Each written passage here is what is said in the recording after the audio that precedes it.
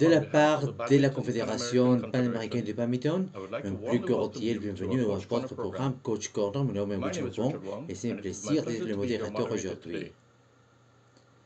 Aujourd'hui, c'est l'honneur d'avoir avec nous un chercheur et académique dans les domaines des sciences du sport, Dr. Rabiu Massoul de Malaisie. Mais avant de lui donner la parole, je vais parler un peu sur son parcours professionnel.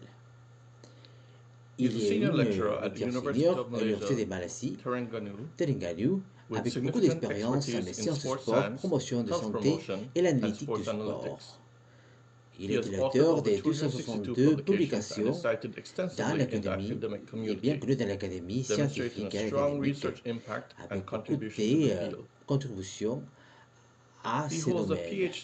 Il a un doctorat en sciences du sport de l'Université Sultan Zainal Abidin et il a activement contribué au développement des analyses et performances dans plusieurs sports et jeux. Bonjour, professeur Rabiu. Bienvenue à Coach Corner. Merci d'être avec nous depuis chez vous à Malaisie. Nous vous invitons à prendre le contrôle de l'écran. S'il vous plaît, continuez. Bonjour tout le monde. Bonjour, bon après-midi, bonsoir. De toutes les parties du monde où vous êtes, bienvenue à notre édition de Badminton Panam, programme de Coach Corner. Aujourd'hui avec moi, je vais parler d'un sujet très important intitulé la gestion de la charge de travail personnalisée dans les badminton. Je suis de l'Université de Malaisie. Alors, préparez-vous et préparez-vous pour la session. Voici l'agenda de la présentation. On va voir une petite introduction et l'importance de gérer la charge de travail par l'optimisation de la performance, limitation des méthodes de travail et d'évaluation des travail traditionnels, ainsi de la capture de la gestion individualisée des charges de travail. Ensuite, on va aller à notre design de notre étude avec les recrutements des participants et les techniques de collection de données. Ici, on va parler de comment est-ce qu'on va gérer tous les données et les analyses statistiques. Et on va parler aussi d'un aspect très important de l'analyse statistique que c'est le machine learning et la comparaison de ces machine learning avec une analyse statistique conventionnelle. On va parler du modèle de régression logistique. Donc, du modèle afin de comparer deux, à voir quel est le meilleur. Évaluation des modèles et analyse biais. Et de voir si le modèle est factible et si ce modèle est applicable pour un scénario live. Ensuite, on voit les conclusions principales de cette étude. Et aussi, on va donner quelques conclusions de ces modèles pour un entraînement personnalisé, ainsi que quelques remarques des conclusions avec un feedback. Alors, on va commencer. Alors, premièrement, ceci c'est l'introduction. Le badminton, c'est un sport de haute intensité qui a besoin d'agilité durant ses coordinations. Comme tel, une gestion efficace de la charge de travail est essentielle afin d'optimiser la performance et de réduire les risques d'une lésion. La gestion d'une charge de travail traditionnelle utilise des méthodes standardisées, mais il manque d'une individualisation. Les coachs normalement développent une technique ou méthode d'entraînement dont tous les athlètes sont entendus de les adopter, peu importe les différentes caractéristiques. Et donc, l'objectif de cette étude, c'est que nous étions d'utiliser les machines learning afin de personnaliser ces charges de travail à chaque athlète. Et par personnaliser, qu'est-ce que je veux dire? Je parle de la charge de travail fondée sur les caractéristiques de chacune de ces athlètes. C'est pour ça qu'on dit personnalisé. Alors, le background, comme on dit, c'est composé d'une charge de travail additionnelle.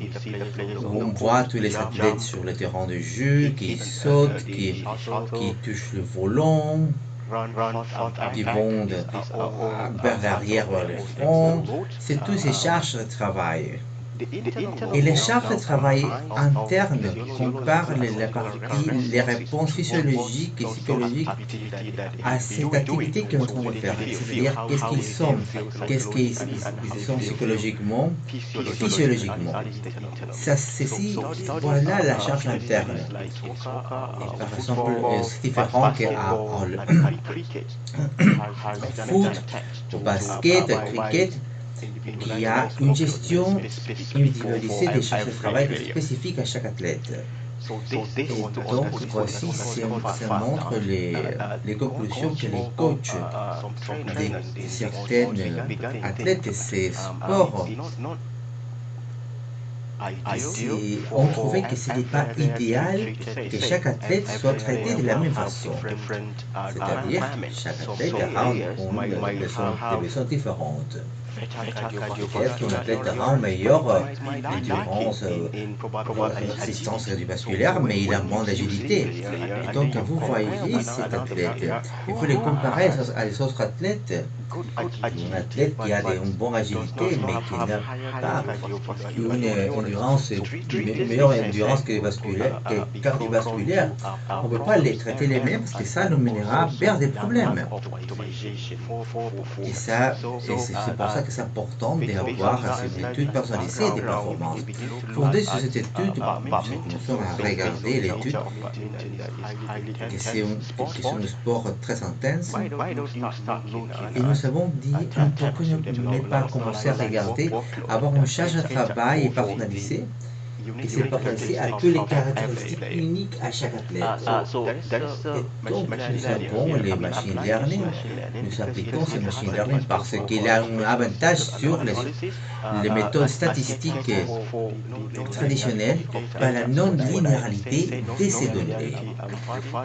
Et cela nous amène à ces relations. Quand ces données sont régulées, quelque chose qui est lié à cela, ça nous mène à une régression linéaire. Par exemple, ces régressions linéaires multiples nous mènent à une analyse qui peut résoudre des problèmes ou quand il y a des variables qui sont liées l'une à l'autre. Par exemple, si vous avez des variables pour trouver la relation entre la performance et la résistance cardiovasculaire. Et leur relation. Et donc, la relation linéaire multiple peut trouver ces relations et expliquer comment ces relations cardiovasculaires peuvent aussi changer à la performance de l'athlète. Mais qu'est-ce qu'il y a si nous savons, par exemple, la taille des chaussures de pied de l'athlète? Et donc, aussi, il n'y a pas une relation directe à l'athlète. La taille du pied peut expliquer la taille des chaussures que la personne peut utiliser. Mais cela ne peut pas expliquer si cet athlète peut, par exemple, avoir une performance plus élevée selon la performance ou pas. Donc nous avons toutes les données avec ces relations non linéaires, peut-être que ça nous va dire quelque chose. Mais si nous appliquons une régression linéaire multiple, on ne peut pas trouver ceci. C'est pour ça que les machines learning arrivent à trouver la relation entre ces variables, soit s'il y a une relation directe ou pas. Et donc, les machine learning, c'est quelque chose qui est assez vaste. Et les personnes ont commencé à reconnaître l'aspect intéressant de la machine learning. Peut-être dans une autre application de machine learning, mais ce qui concerne maintenant, c'est qu'il y a une petite introduction au machine learning et comment ces machine learning peut être utilisé dans notre analyse de données et comment on peut l'utiliser pour donner une information pour que les coachs puissent trouver des décisions pour la charge de travail personnalisée. Et donc nous avons cette approche à une gestion des charges de travail. Et donc voici les matériels et les méthodes, que c'est l'organigramme méthodologique. Nous avons recruté un total de 73 jeunes joueurs athlètes de badminton élite et nous avons 6 ans d'expérience de badminton. Et pour la gestion des données, nous avons trouvé quelques informations anthropologiques et des capacités physiques, par exemple l'anthropométrique, l'âge, la taille, le poids, et bien sûr ce niveau de performance, résistance cardiovasculaire, agilité, la force du corps supérieur et inférieur. Pour la charge externe, nous ajoutons un accéléromètre dans la région lumbaire afin de trouver l'information correcte. Ces informations seront collectées lors de la compétition. Et donc, quand nous sommes en compétition, et nous ajoutons ces accéléromètres afin de trouver quelle est la charge de travail de la personne lors d'une compétition. Pour la charge interne, nous avons utilisé la rapidité d'exertion, qui est le FRE, immédiatement ensuite à cette compétition afin d'indiquer quel est le niveau de fatigue suite à qu'ils ont complété ces compétitions. Nous avons cette analyse de la région de normalisation, une application aussi des statistiques et des statistiques différentielles afin d'établir le profil de ces données de tous les athlètes.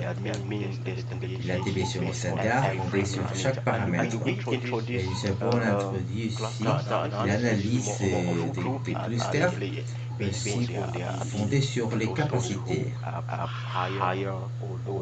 Pour ceux qui ont certains milieux supérieurs de certains paramètres, essayons d'établir ces paramètres pour les athlètes. Pour la prochaine étape, c'est les développements de modèles, nous avons utilisé ceci dans 70% de l'entraînement et nous essayons de développer ici avec les modèles sur 70% de l'entraînement et les 30% de ces données nous avons utilisé pour les tests de ces modèles afin de savoir quelle est la composition de ces modèles et savoir si l'athlète est en train de venir, si la personne se peut arriver à ces patrons de mouvement, si c'est la raison de ces divisions de ces modèles dans cette relation. Nous avons calculé ces attributs de fitness et anthropométrique et les variables objectifs, nous avons la charge de travail externe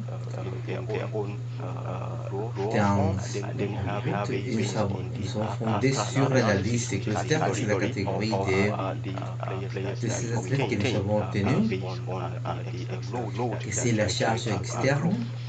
Pour l'évaluation du modèle, nous avons utilisé une méthode statistique afin d'obtenir l'area au-dessus, et on peut le voir ici que nous avons trouvé quelle est la précision de ces modèles.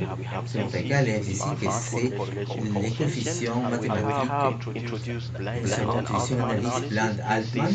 Ici, c'est fondé sur pour voir quel est bien ces modèles, par exemple, quel est bien ces modèles, et comment on peut l'expliquer quand nous voulons faire une décision informée pour l'application de modèles. Alors, voici une analyse postérieure. Voici ceci les IMU, ou unité d'émission inertiale. Nous les donnons en compétition. Alors, les données qui viennent de cette X, Y et Z sont utilisées et nous appliquons ces opérations que c'est les changements de X, Y et Z avec l'équation pour savoir quelle est la charge pour chaque athlète. Donc voici les instructions que nous appliquons afin de trouver et d'obtenir la charge externe de chaque athlète. Et voici les conclusions de cette analyse de cluster. Nous voyons ici à gauche, comme vous pouvez voir, la première chose que nous avons essayé de faire, c'est de voir combien de données peut être groupées fondées sur cette charge externe que nous avons quantifiée. Combien de groupes nous pouvons obtenir? Avec cette analyse, nous voyons que avec un groupe 3, que les données peuvent être bien expliquées, avec l'utilisation d'un groupe de 3. Alors, nous essayons d'analyser ces données, nous essayons de faire avec tous les analyses et nous pouvons obtenir 3 groupes de ces paramètres. Alors, ce que vous voyez ici sont les 3 groupes et nous allons regarder à tous les charges. Nous avons les athlètes à répétition élevée, nous avons les athlètes de charge plus bas, nous avons la charge modérée. Nous voyons que ceux qui ont les plus élevés ont plus de 6. Mais si on les compare avec ceux qui sont une charge très bas, vous voyez c'est très bas. Pour les athlètes modérés, c'est environ 4, à peu près 4. Nous voyons que l'analyse cluster a fait un bon travail d'étude d'informations qui sont identifiées par l'analyse cluster et par la charge de travail. Et quand nous appliquons cette information, que c'est le DT, nous pouvons faire une classification avec une précision de 92%. Et donc on peut aussi classifier qu'un athlète avec une charge bas et le modèle peut prédire ceci avec une précision de 92% que c'est un athlète de charge bas, charge modérée et charge élevée. Et si on compare ceci avec le modèle MLR, nous voyons que c'est une précision de 57%. Et donc, voyons que la précision de T, c'est bien plus précise que ceci de MLR. Et vous voyez ici les AUC, ou Area au-dessus de la curve. Et c'est bien plus précis avec des T en comparaison avec ceci qui est les A et qui est les MLR. Et donc ceci montre qu'il y a une meilleure précision, une capacité de précision dans les choses de travail et ainsi la classification de ces groupes, des athlètes. Et donc ceci nous mène à ce qu'on avait dit déjà, que nous avons certaines variables, nous pouvons comparer les performances, faire une analyse, et le modèle DT est bien plus précis et bien plus puissant que ce site traditionnel de MLR. Alors, ceci, c'est la prédiction information des charges de travail. Et nous avons essayé de faire cette information afin de voir quel est les patrons, par exemple. Nous voyons quelle est la prédiction ajoutée. Et nous voyons ici que nous avons le patron ici, que c'est dans les données de l'essai sont à peu près de la donnée de l'essai. Alors on voit que nous avons fait un bon travail parce que nous avons identifié les choses bien. Parce que ce n'est pas si dévié de la ligne rouge. Et c'est seulement quel est biais que ces analyses peuvent avoir. Alors, si vous regardez l'analyse que nous avons moins 0,185 à plus 0,185. Voici les positives. Et c'était 0,185. Et donc, nous voyons que cela nous donne une idée que les biais de ces modèles est très minimal. Très minimal, c'est-à-dire que le modèle marche très bien. Afin de faire quelques suggestions à gauche parce que nous avons un biais minimal. Donc, si nous avons de l'information fondée sur la classification et le regroupement avec toutes les variables que nous avons examinées. Et donc, voici les paramètres, voici la classification fondée sur les différents regroupements. Nous devons identifier ces regroupements. Alors, pour la recherche élevée, nous avons défini en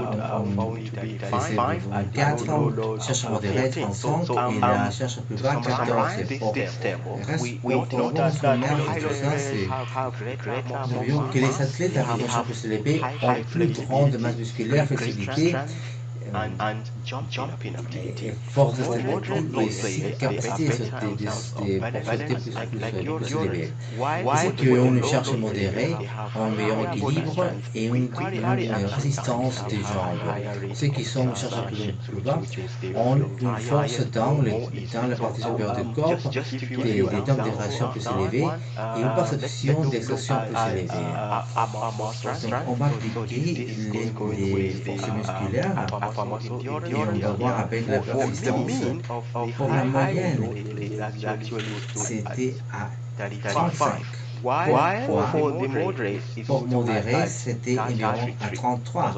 Plus ou moins, avec la division standard, mais quand nous voyons la charge complète, c'était à la charge plus bas, c'était 39. Cela veut dire que les athlètes avec une charge plus bas ont une force de corps supérieure plus élevée que par rapport au groupe. Mais nous parlons de la flexibilité aussi, nous voyons que la moyenne de ces performances pour un groupe élevé, c'était dans 63,17. Et pourquoi pour les charges modérées, c'était 648,57. Et pourquoi pour ceux qui sont en charge plus bas, c'était 57,93. Pourquoi ça montre qu'il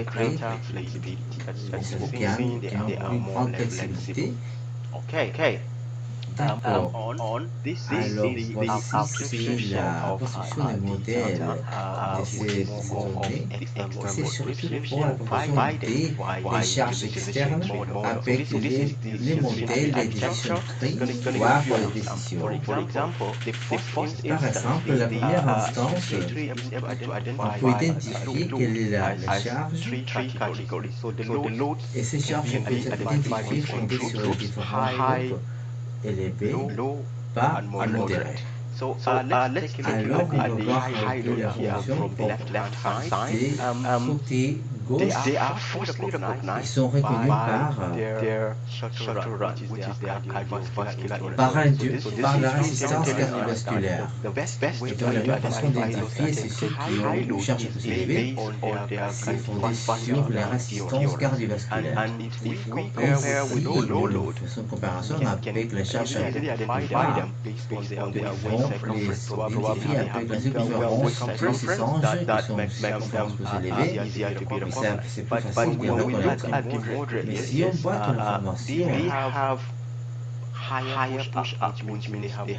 montre qu'ils sont plus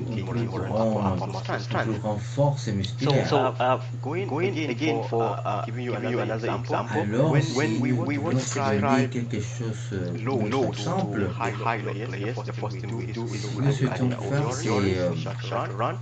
c'est faire par exemple le shuttle run, et si une fois que le shuttle run, greater than 39.64 fondé sur des instances pour continuer à avoir la perception. Mais si la performance cardiovasculaire c'est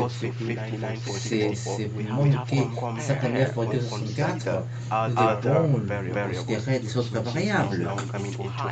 Nous devons considérer quelle est la hauteur de la personne, la taille. Et si nous comparons la taille de la personne, si c'est plus élevé que par exemple 500 cm, si c'est moins que par exemple si c'est moins de 174 cm, nous devons considérer les temps de réaction. Et si les temps de réaction greater than 5, so we basically have to look at their rate of passive expansion. Quelle est la relation des sessions positives, c'est-à-dire comment ils se sentent avant de continuer. C'est plus bas que c'est plus bas que 100, nous devons regarder quel est l'effet, c'est-à-dire comment se sentait fondé sur cette charge. Pour nous donner une idée, par exemple, nous devons avoir des proportions. Si nous devons faire une prescription avant de les assigner, nous devons considérer quelle est la sensation qu'ils ont. Voici les éléments que nous avons pour tous les athlètes. Voici un exemple de ce que nous avons pour la répétition, que nous devons prescription pas à pas de ces et ces charges externes de ces athlètes. Et donc les modèles se divisent dans charge élevée, bas, modéré, et se montre l'importance d'avoir différents métriques afin de pouvoir identifier les charges identifiables de chaque athlète. Et cela nous montrera comment ces facteurs font une corrélation avec une charge externe. Et c'est là qu'on parle qu'avant de prendre une conception des charges athlètes, c'est important de regarder à leurs propres caractéristiques physiologiques, anthropométriques. Et c'est là qu'on sera côte à côte avec toutes les choses afin de réduire les risques d'une lésion. Et donc, si on passe maintenant à la conclusion, voici où nous arrivons à la fin de notre discussion. Mais avant de tout ça, c'est d'envoyer un message que c'est l'analyse avec machine learning nous aide à améliorer la gestion des charges de travail avec l'implémentation de Babylon. Les modèles de gestion de prix hors de décision que nous avons vus nous aide à trouver une applicabilité les stratégies de gestion des charges personnalisées augmentent la performance et réduisent les risques d'une lésion. Et si on pense à l'application de l'intelligence artificielle dans la science du sport, ça montre qu'il a beaucoup de potentiel. Ça donne une idée que nous pourrions continuer à trouver quel est l'avantage de cette analyse pour une adaptation de ces données. Et donc, voici l'application pratique. On va parler directement aux athlètes comme instrument, parce que les athlètes peuvent utiliser ces modèles pour une construction d'entraînement. Donc, avant de donner une construction d'une charge, c'est important de regarder les caractéristiques des personnes, des athlètes que nous avons, et aussi pour le développement des athlètes, la productivité, l'entraînement, et aussi pour les athlètes physiologiques. Et pour la prévention des lésions, nous avons identifié les athlètes qui sont sur un risque. Par exemple, quand nous identifions les athlètes avec l'entraînement, nous pouvons avoir une perception de ces charges de travail adaptées à leur performance. Mais si nous trouvons que les athlètes utilisent il s'agit d'une charge de travail trop élevée, plus élevée que leur capacité, nous pouvons considérer la possibilité de donner ces charges fondées sur leur propre force. Nous avons aussi mentionné si l'athlète est meilleur dans une endurance cardiovasculaire, alors c'est meilleur de voir des autres variables et l'athlète manque afin de pouvoir avoir une approche holistique de conception de ces charges afin d'optimiser la performance de l'athlète et aussi de réduire les risques d'une lésion. Et donc, voici quelques directions et limitations. Nous n'avons pas identifié ces facteurs de direction à cette étude. J'espère qu'une étude future, nous serons qu'ajoutés afin de réaliser ces facteurs futurs. Et aussi, nous avons combiné les genres des hommes et femmes. Une étude future devra bien développer les modèles séparés pour les hommes et pour les femmes. L'évolution ne peut pas être généralisée à différents niveaux d'expertise. C'est bon que nous avons fait ces avec une personne à un niveau spécifique d'expertise et particulière, et donc ce n'est pas idéal d'avoir une conception pour utiliser ces conclusions pour généraliser pour les autres niveaux d'expertise. Par exemple, les athlètes élites avec 10 et plus d'expérience, pour les amateurs qui ont probablement 3 ans au moins d'expérience. Et donc c'est important de rester dans les limitations des participants. Et avoir l'expansion de ces données afin d'avoir une bonne validation au futur et de pouvoir investir en recherche des informations. Et maintenant, j'ai une challenge au coach. Si vous commencez à penser à développement de ces gestions pour vos athlètes, j'aimerais bien qu'ils puissent développer cette stratégie fondée sur la caractérisation des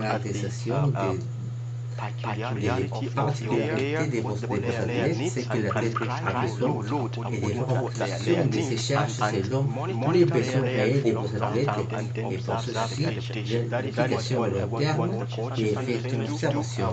Si vous ne savez pas comment faire tant qu'athlète à développer ce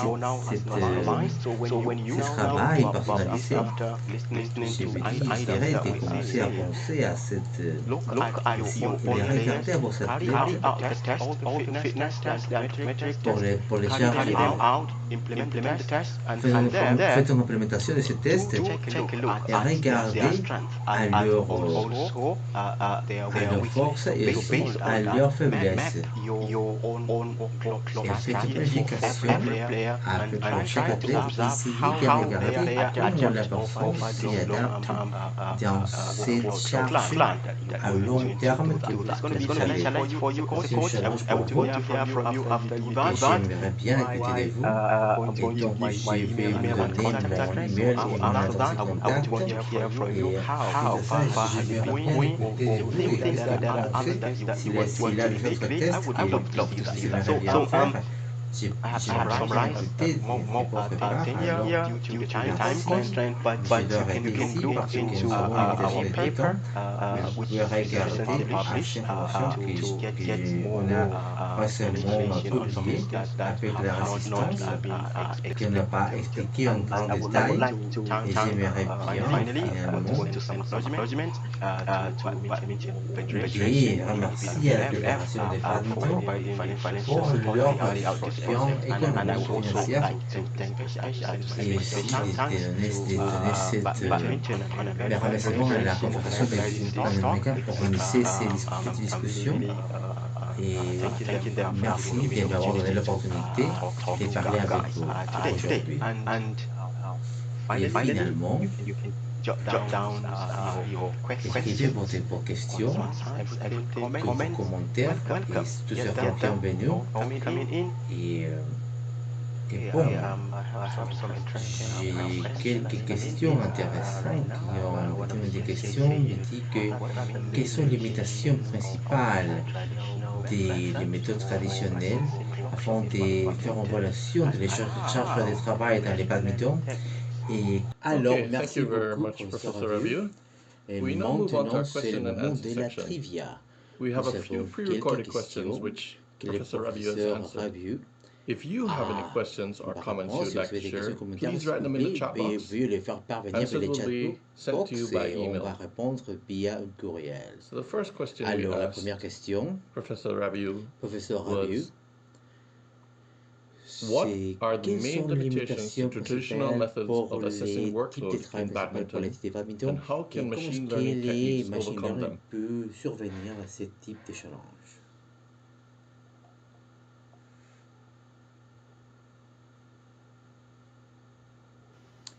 C'est une bonne question. Quelles sont les limitations des méthodes traditionnelles pour l'évaluation de la charge des badminton? La limitation principale des méthodes traditionnelles, c'est que c'est une taille pour tout le monde et ce n'est pas réaliste. On ne peut pas l'appliquer par des coachs à tous les athlètes. Les coachs, par exemple, ont leur propre routine pour chaque athlète à suivre. Et donc, dans ces cas, les problèmes, c'est que, par exemple, une athlète de 16 ans qui a un milieu particulier, une résistance plus vague, peut avoir des problèmes avec une personne qui a plus grande résistance de 14 ans et une BMI normale. Et donc, on ne peut pas demander que tous les athlètes vont pour le même traitement, les mêmes entraînements, les mêmes agenda d'entraînement. Il y aura des problèmes avec ces personnes de 16 ans parce qu'ils ne peuvent pas tenir ces rythmes. Et voilà un de ces problèmes. Un autre problème de la méthode traditionnelle de la gestion d'entraînement, c'est de tous les items forains, par exemple l'exertion. La plupart des athlètes vont dépendre des rapports de l'athlète et comment il ou elle se sent. Et donc, à un certain stage, ça met des problèmes. Par exemple, l'athlète peut, par exemple, avoir les mêmes charges, mais une athlète peut avoir, par exemple, 9 sur 10 des RPI. Et une autre athlète peut avoir 6 sur 10 des RPI. Et ils ont fait la même chose. Et donc, cela peut être, par exemple, la pression qui est créée pour l'autre athlète, que la personne peut se sentir supprimée, ou peut-être le niveau de motivation de l'athlète est différent, et aussi le niveau de tolérance. Un athlète peut tolérer la douleur mieux qu'un autre athlète. Donc ceci est très subjectif. Et avec le RPI des autres athlètes, qui c'est très subjectif, qu'on essaie d'éviter. Et un autre exemple que je vais donner, c'est aussi ce qui concerne par exemple, quand il concerne les types de charges, les techniques traditionnelles de gestion, on peut incorporer les rythmes cardiaques, la consommation d'oxygène et aussi que les RPI comme mesure de la charge interne que la personne sent. Et fondé sur ça, l'entraînement et les techniques d'entraînement peut être allouées à l'athlète, fondé sur cette assignation parce que la personne peut considérer que la fréquence cardiaque sont la réponse pour cette réponse physiologique. Mais cela n'arrive pas à capturer la charge externe de l'athlète. Par exemple, on va considérer deux athlètes, athlète A et athlète B. Et lors de la compétition, c'est plutôt régulière, une durée normale, standardisée, mais avec une duration plus longue. Et donc cet athlète va reporter une RPI plus élevée. Peut-être ces personnes se sont très épuisées parce que c'est un plus longue durée avec une tour régulière. Mais les athlètes B ont une duration réduite, mais avec un rallye plus court, qui vont nécessiter que l'athlète a une performance à une plus grande accélération, plus grande taux de saute dans le cours. Et donc cet athlète, même si le match ne dure pas si longtemps, cet athlète va reporter une RPI moins diminuée parce que ce n'est pas si couvert, mais dû à ces actions que la personne a.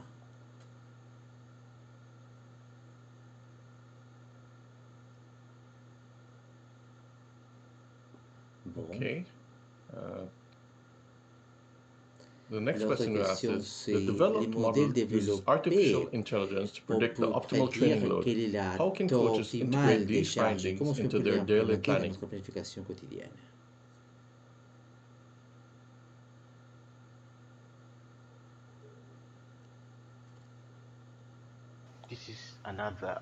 Voilà une autre question magnifique. La première chose à faire ici, c'est de créer un profil pour chaque athlète. Chaque athlète a son propre tâche quotidienne. Et quand on fait la création de ces profils, on peut voir par exemple trouver la catégorie. Par exemple, si un athlète a une charge élevée, cet athlète peut avoir besoin d'une récupération pour cette partie tactique, tant que l'athlète avec une charge modérée peut avoir plus de résistance et endurance aussi, mais les athlètes qui ont une charge la plus basse sera plutôt à quelque chose de plus à créer des forces. Et nous faisons ceci avec moindre risque parce qu'on est sûr que l'athlète pourra accepter ces charges sur le temps et on continue à monitorer comment cette charge d'entraînement est adaptée par l'athlète. Et donc quand nous faisons ça, on va agir, on va aider à l'athlète à réduire les risques des lésions dans les athlètes et en même temps une optimisation des performances pour améliorer l'athlète à un meilleur taux. D'accord. Dernière question pour professeur Rabiou, c'est au-delà des contrôles, quelles sortes de variables psychologiques ou nutritionnelles vous pensez qu'on doit inclure dans la prévention des lésions? C'est aussi une bonne question. Essentiellement, il y en a des autres facteurs, comme on l'a mentionné, la limitation peut-être aussi qui peut être intégrée dans une recherche future. Par exemple, les aspects psychologiques. On doit voir la motivation de l'athlète. Et aussi, nous devons voir la récupération. C'est important que les autres athlètes sont suivis, s'ils sont en train de se bien reposer afin d'assurer que les athlètes ont un bon sommeil. Et aussi, c'est important d'intégrer qu'est-ce qu'ils mangent avant et après la compétition. C'est quelque chose d'important aussi pour l'aspect nutritionnel. Un autre aspect important à regarder, c'est la biométrique. Par exemple, on peut intégrer ces machine learning afin d'adapter l'aspect biomécanique des athlètes. Par exemple, l'analyse des jeux de pied, l'analyse des sautes. Et donc, on pourrait voir si on a adopté les bonnes techniques pour les sautes et pour les jeux de pied. Et donc, si nous sommes à l'étape où nous devons être au courant si nous sommes en train de faire les choses correctement afin de réduire le risque de lésion, afin d'observer, afin de regarder par les parties biomécaniques de ce que l'athlète fait dans le cours et de voir si dans les techniques sont les mieux adaptées ou s'il y a quelque chose qui est mal ou mal adapté avec ces techniques. Nous devons étudier ça afin de l'intégrer dans dans les régimes d'entraînement afin de l'appliquer, appliquer les bonnes techniques dans les jeux afin de les développer avec les techniques correctes et l'entraînement correct et la gestion correcte. Et c'est là qu'on pourrait voir donc une partie des avantages ici. Donc merci beaucoup pour ceci. Je crois que ce sont toutes les questions pour le moment. Si vous avez des autres questions, engagements, commentaires, en collaboration, sentez-vous libre de parler avec moi. Je serai très content de répondre à des questions. Voici mes emails sur l'écran. Veuillez m'envoyer un email et à la prochaine fois. Au revoir. Nous remercions Professor Masu for sharing with us such an interesting presentation. It has been a privilege to have him on the program and to delve into the importance of technology in high-performance training. Without a doubt, his knowledge brings great value to the community of coaches and athletes. We hope to have him here again in the future. Before closing today's webinar, we'd like to greet all our audience today. First of those who sent us their photographs, we have Kelsey Rojas from Costa Rica. And we also have Sebastian from Argentina.